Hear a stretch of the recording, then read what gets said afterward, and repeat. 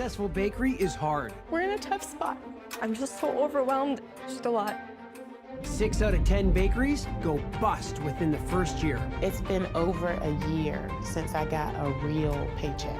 I don't know how much longer we can do this. I'm Steve Hodge, award-winning pastry chef and bakery owner. And I'm on a mission to help struggling bakers turn their businesses around. I'm gonna give this cupcake a makeover. I wanna take what you make in your store and make it even better. And while I shake up the menu, acclaimed designer Tiffany Pratt will totally transform the look of their bakery in just 1 week. Amazing new tiles. Look at these babies. That's so you. I'm gonna make this puppy sing. Holy peacock. It's go big or go home. Folks, thank you so much for doing this interview with me. Congratulations on the new show.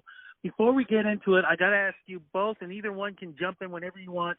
How are you guys doing? How has it been for you for this last year from 2020 and dealing with all the things that we've been dealing with and coming into 2021? Still a little bit of leakage from 2020. How you both doing? That's so kind of you to ask. You know, I think, I'm not going to speak for Steve, but I think that we are on the blessed side that we were able to do things that we love for a living through all of this madness. And we were able to create some joy for others through all this weird, life-changing, altering, sad moments that we've had. So I would say from a work and a productivity perspective, it was a good year for us, and I'm feeling really blessed. And that was very kind of you to ask, Rudy. Mm-hmm. Well, you know what we need. Well, thank you. Well, but we need. I think we need some joy. We need to be able to turn off what we've been seeing and turn on some good things. Your new show, you guys, is definitely that, because of course, I love baked goods. I love pastries. I love cakes. I love cookies. I love muffins. I can keep going and going and going. First, I'd ask you both, how did you two ended up teaming up together with this? How long have you known each other?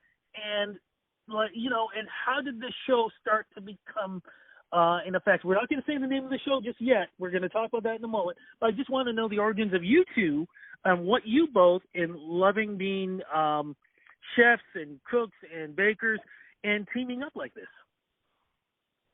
Well, Rudy, I can say I met Tiff for the first time the first day we filmed together. We did not know each other from before. We had met over the phone. Tiff was on vacation, traveling the world.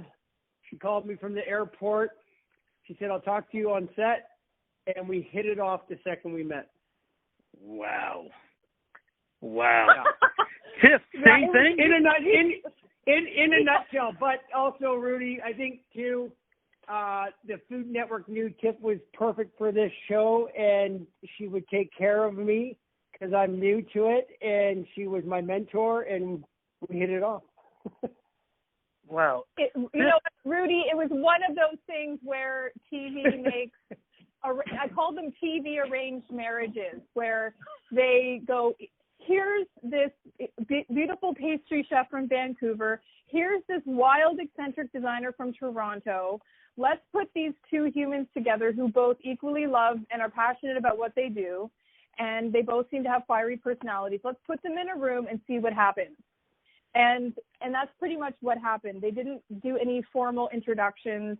No one said, "Hey, do you guys want to do a show together?" It was, "This is a show that you both will be amazing at, and we want you to do it." And it was sort of an offer we couldn't refuse.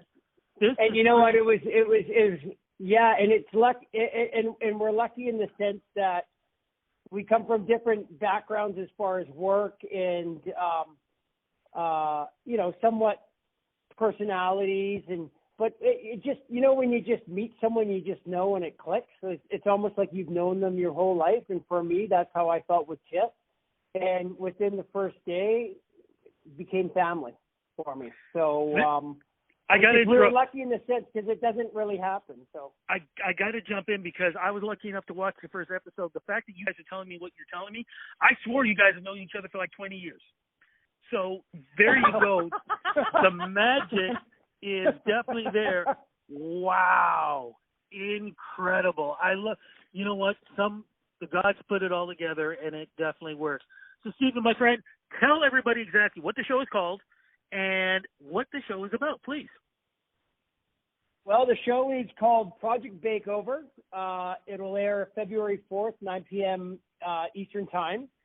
And it's a show about going into struggling bakeries, redesigning their storefront and refreshing their menu and helping these bakery owners along the way to show them how to succeed in business. You know, they've come to a milestone, they can't get past it, and they don't know how to. And Tiff and I are there to get them over that speed bump and get them in the right path, the right direction for success. It's a feel-good show. It has, you know, the elements of design, has the elements of food. It's exciting. We build a bond with the bakery owners throughout each episode and throughout each process. And it really is one of a kind shows out there. People will walk away from this show wanting to cook and wanting to redesign their house or wanting to redesign their bakery. Tiff, I want to ask you, what do you think it is that, I mean, you've got so many people out there that have these great ideas and actually make great items. But why do you think sometimes it just doesn't work and they need both of you to help out? You know, I've said this before, there are so many people in the world that are at home, they're making something great, they go to a dinner party or used to go to a dinner party or, you know, give this particular cake, muffin, croissant, baked good to their friends and family. Everyone says, oh my God, this is the most delicious thing I've ever put in my mouth. And then they think, I'm going to open up a bake shop. And that's only one part of a very large equation nowadays if you're opening up a brick and mortar business, because now the standards are extremely high with how people perceive your business. And so it's not just about walking through the door and no one really caring what it looks like New York style because they're about to have the best blah, blah, blah of their life. Nowadays, you need to start to really experience the food before you've even walked in the door. You need to pull out your camera phones. You want to start taking pictures, and you're documenting the full experience, not just this delicious little bon mot of delicious pastry, flaky, sugary goodness, but where you are, what the environment looks like, what street it's on, what the packaging of it looks like. So I can't say that there is a distinction anymore between what's going on in the kitchen and what is happening in the front of house. And that's where what Steve and I do is we have to marry what his plans are in the kitchen with how I want people to feel about the food and the experience in the front of house. Steve, do you agree with all that? 110%. You know, as a bakery owner myself, and if you're a chef or you're driven by passion in food and you want to open a bake shop, there's so many moving parts, and you spend all your time and your focus in the kitchen cooking what you know you're really good at. You forget other parts of the aspects of the business, and one being the design and the storefront. And when someone walks through those doors, people across the board, they eat with their eyes first, and it always starts with the experience when you walk into a place. You want that place to feel inviting. And that's the biggest struggle with bakery owners that don't get help or don't know. They lose their customers the second they walk through those doors, and that's where it starts. And that's why Tiff coming on and designing each bakery throughout each episode is a wonderful thing, and you can see it in the eyes of the bakery owners because it's things that they don't even think about, and that's what we're pointing out to them. You know, they get lost, and they get stuck, and they don't know where to go. Steve, I'm going to ask you this first, and Tiff, I'd like you to answer this also in your field. We've seen shows where when somebody like yourselves who are experts come in to help these folks, those folks can be very resistant. Did you find any of those problems? Because let's face it, as much as we love what we do and things like that, sometimes we have a bit of an ego where we're just like, well, yeah, you might be the expert, but you may not understand who I am, where I am, and how I've come up with this. Yeah. Well, there were a lot of eye rolling throughout the process, but, you know, I think that because they get to know Tiff and I through the days that we're working together, and they get more comfortable with us. At the end of the day, a chef doesn't want another chef coming in their kitchen and telling what they're doing wrong, right? Because a lot of chefs, they have pride and an ego. And I just wish someone had done that with my business when I first opened the doors, because I had to figure it out on my own, and it took years. And we're giving them a jump start with us coming in and, you know, sharing our knowledge and our experience through our paths and through what we've done in our careers. So, yes, in the beginning, it's tough for them, but they ease up and they open themselves to us. And then that's when their personality that they've lost or you don't see comes through, and they really do enjoy it. Tiff, and they do listen. Tiff, the same thing when it comes to design, you know, walking into somebody's house, into their home, and then saying, this is what I'm going to do. Are they receptive to it, or is it the same thing that Steve just said, some eye rolling and maybe some teeth pulling? Listen, Rudy, I walk onto a scene with my wild electric pink hair in my eclectic style, and already people are very nervous about what I'm going to do to them because of my own personal stuff. So you'll notice on the show that there are a lot of people that judge this book by its cover, and they want to be fearful potentially of what I'm going to create. But in the end, I am a professional and I am a designer that is worth their salt, and I pay attention and I'm looking for visual cues. I want the bakers to be happy. I want these bakeries to be successful. And I've only had a couple rounds of reservation, but those rounds of reservation will certainly be fun. You will notice one of them right in the premiere episode of Mrs. Joy's on the first episode on February 4th at 9 p.m. But I will tell you, definitely I scare the crap out of people. And Steve scares the crap out of people in the kitchen. So between the two of us, we're a real pair. I definitely saw that. You know, one of the things is too, I think that's so important that needs to be pointed out. We've seen types of shows like this, but especially with your show right now, it is so important to help these small businesses survive, because as we speak, dealing with COVID, we're not knowing where incomes are coming from. And, you know, the message is about supporting small businesses. You guys are doing it to the ultimate max in helping small businesses survive through this. You know, it was interesting when we got the show, Rudy, we had no idea what we were facing that coming year. There was no global pandemic when we shook hands and said, yeah, let's do it.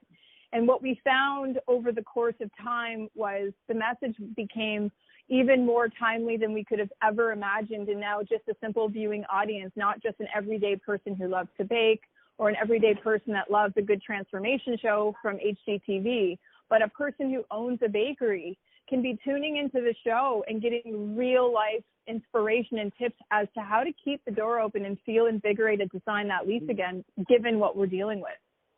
Absolutely. Yeah, No, go ahead, Steve. Go ahead, please. Oh, no, I agree with Tiff. You know, I think because of what's happening in the world right now and what's so great about this show, entrepreneurs have really come together, and they're one where before they weren't, and they want to work with each other to help each other succeed. And that's what this show brings us. And I think there's a lot of business owners that will watch it, and they will take some ideas away from it, because Tiff and I learned through the process too, as we were going through this, that we were able to share with the bakery owners. So it was great. As we wrap this up, I'm going to ask you both. Steve, first, I'm going to ask you, what advice can you give bakers out there, folks who are used to baking in the kitchen and they're thinking to themselves, people are loving my food. I think it's about time for me to start opening the doors up in a bigger sense. What would you suggest?